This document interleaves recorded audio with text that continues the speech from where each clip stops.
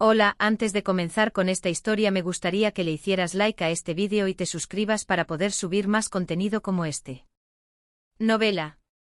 Hermana, en esta vida yo soy la reina. Episodio 294, La boda de Camelia. Los ojos del hombre moro y los de Isabella se encontraron de frente. Aunque al principio fue Isabella quien lo deseó, el hombre moro, al ver a Isabella, la miró fijamente con una persistencia asombrosa. Era una mirada intensa, como si hubiera encontrado una estrella en el cielo o el objetivo de su vida. La persona más desconcertada en esta situación no era el marido, sino el comerciante de esclavos. «Sí, señora». Hizo gestos con las manos y los pies, tratando de desviar la atención de Isabella hacia las esclavas. «¿Es que ese hombre no está a la venta?» Isabella frunció el ceño y preguntó. «¿Lo has apartado para tu uso?» El comerciante se sobresaltó y agitó las manos. Su expresión era como si dijera, ¿qué hago si me apuñalan por decir eso? No. No es un esclavo. Es un espadachín que contraté para escoltarme hasta el continente central. El comerciante miró disimuladamente la cubierta. Parece que es bueno con la espada y que en su país de origen tenía un estatus alto. Si quisiera comprar un esclavo así, el precio superaría fácilmente los 1500 ducados. Ante la mención de 1500 ducados, el rostro de Octavio palideció. Mientras el comerciante daba explicaciones adicionales, el hombre moro bajó de la cubierta. La pasarela que conducía al muelle tenía una pendiente pronunciada, pero él caminaba sin el menor temblor, como si pisara el aire. El hombre se acercó a Isabella y abrió la boca. ¿Me contratarías? Era difícil de entender debido a su fuerte acento, pero era etrusco con una gramática perfecta. Isabella lo miró con interés, como si la situación inesperada le resultara intrigante. ¿También hablas nuestro idioma? ¿Dónde lo aprendiste? Él no respondió. Isabella tampoco parecía tener un gran interés en escuchar una respuesta.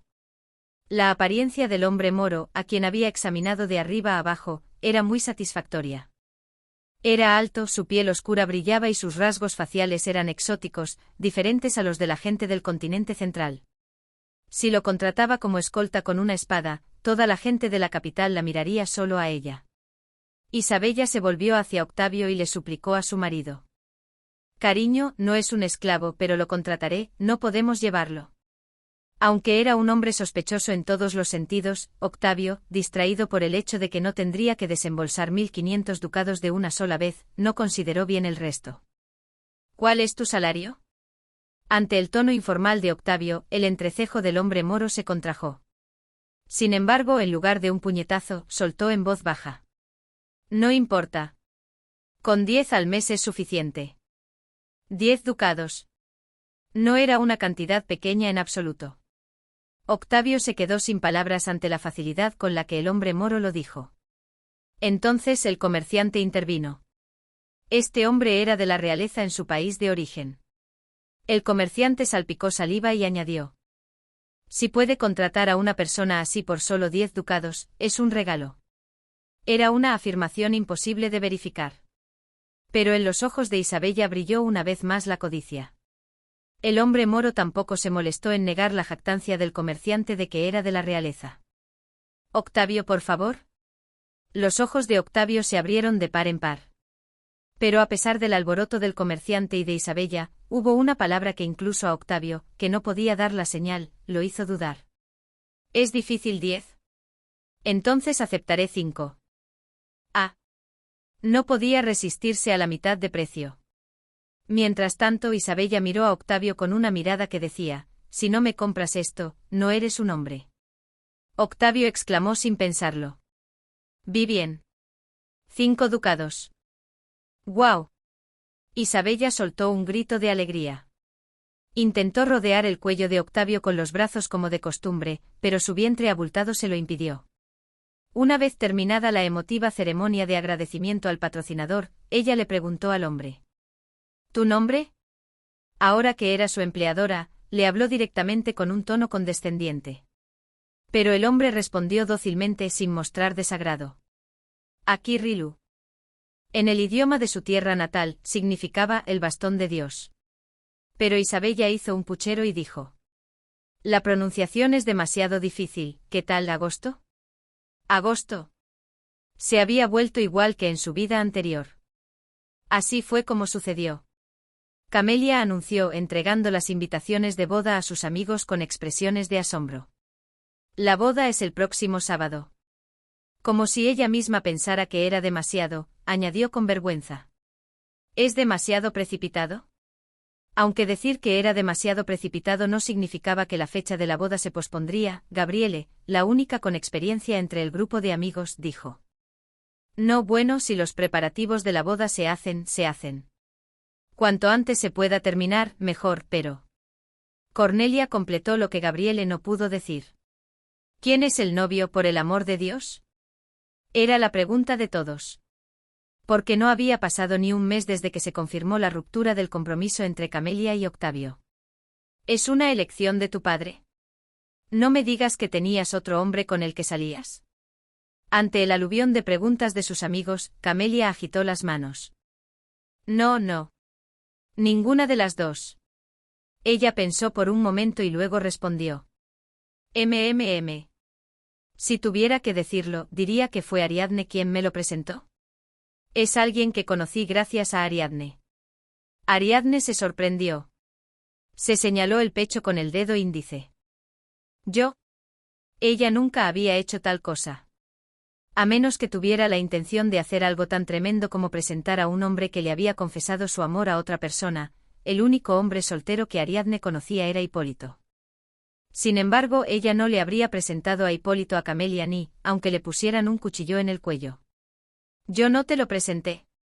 Julia preguntó al ver la expresión aturdida de Ariadne. ¿Quién es, por el amor de Dios? Ya empezaba a impacientarse.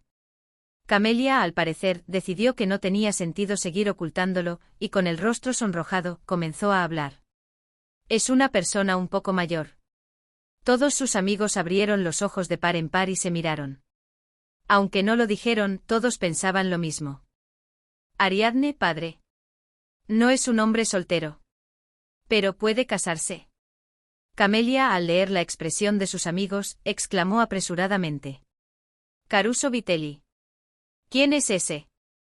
Los amigos no reconocieron el nombre de inmediato y se sumieron en la confusión. Solo Ariadne, un momento después, se dio cuenta de quién era el dueño de ese nombre.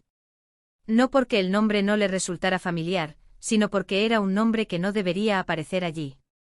¿Te refieres al representante Caruso, el de la compañía Bocanegra? Cuando se mencionó la compañía Bocanegra, sus amigos finalmente entendieron.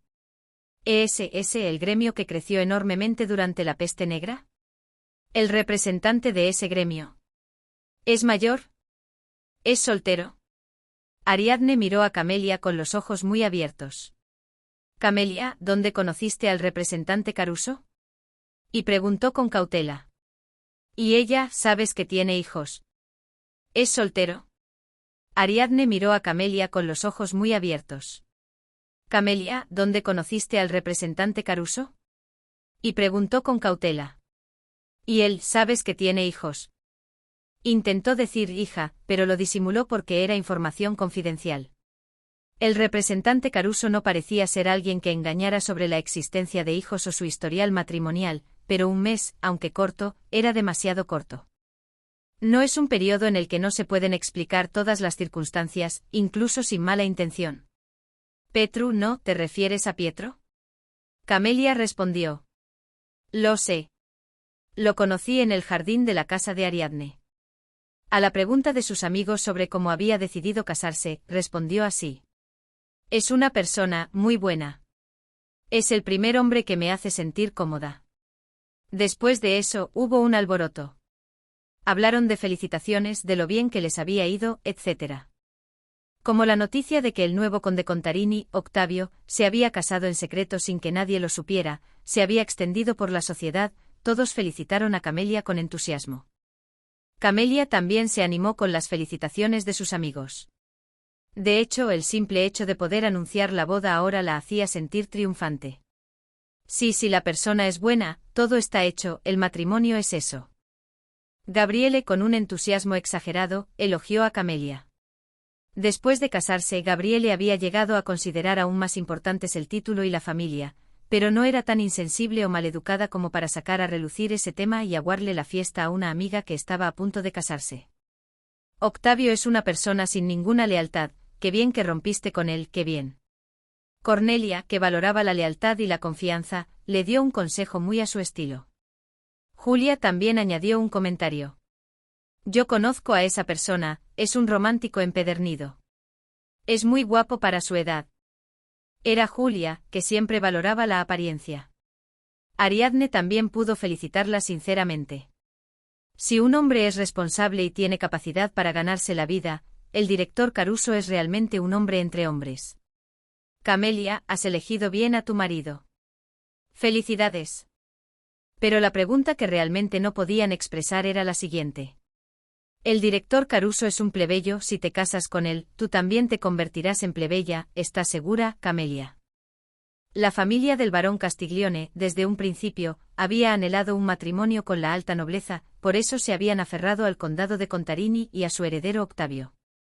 Habían prestado una gran suma de dinero y habían soportado sin quejarse bueno, si se quejaron, pero de todos modos un aplazamiento de la boda por un periodo irrazonable. Pero ahora, en lugar de ascender de estatus enviando a Camelia, un matrimonio con un plebeyo. ¿Podrían el barón Castiglione y Camelia tolerar eso? Ante la expectación de sus amigas, Camelia respondió con firmeza. La boda será la más lujosa de todas.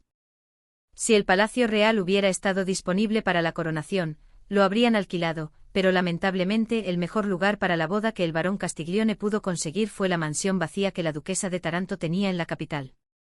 Se decía que no era porque conocieran a la duquesa de Taranto, sino porque tenían una larga relación comercial con un sirviente que trabajaba para ella, lo que les permitió alquilarla pagando una tarifa.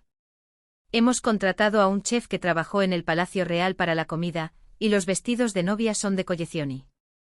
Hemos contratado a un chef que trabajó en el Palacio Real para la comida, y los vestidos de novia son de Collezioni. Además, la lista de regalos, recuerdos para los invitados y la orquesta invitada era realmente deslumbrante. Era una selección de lo mejor de San Carlo. En resumen, Camelia había dado un giro radical. No es que de repente hubiera cambiado de opinión y pensara, lo importante en un hombre no es lo que tiene o su apariencia, sino su corazón. Se había aferrado a la idea de casarse con un gran noble, pero al ver que eso era imposible, eligió a un hombre con mucho dinero. Actualmente en San Carlo el hombre con más dinero en efectivo, excluyendo propiedades o herencias, era Caruso, y el segundo era su padre. La edad, los hijos, etc., eran consideraciones secundarias. Que el hombre fuera bueno y solo la mirara a ella era un punto a favor. Bajo ninguna circunstancia podía ser superada por Octavio y su desconocida esposa. Ese era el único deseo de Camelia. Ahora que no es una fiesta de una familia noble, solo puedo invitar a las personas con las que tengo una conexión personal. El rostro de Camelia parecía algo intimidado al decir eso. Aún así, ¿no vendrías? Julia dio medio paso adelante y miró fijamente a Camelia. Camelia se sintió un poco nerviosa porque Julia era la de mayor estatus entre ellas y no era precisamente su amiga más cercana en el grupo. Si Julia no venía, la mitad de sus amigas tampoco lo harían. ¡Zas! Julia abrazó a Camelia con fuerza. Claro que sí, tonta. A Camelia le pareció que se le iban a saltar las lágrimas. Se sorbió la nariz, y el resto de sus amigas se acercaron y le dieron palmadas en la espalda a Camelia, que seguía abrazada a Julia. ¿Tenías que declararlo con tanta solemnidad? ¿No confías en nosotras en absoluto? Invita a todos. Invita a todos los que conozcas. Si no vienen después de ver esta lista, es su pérdida.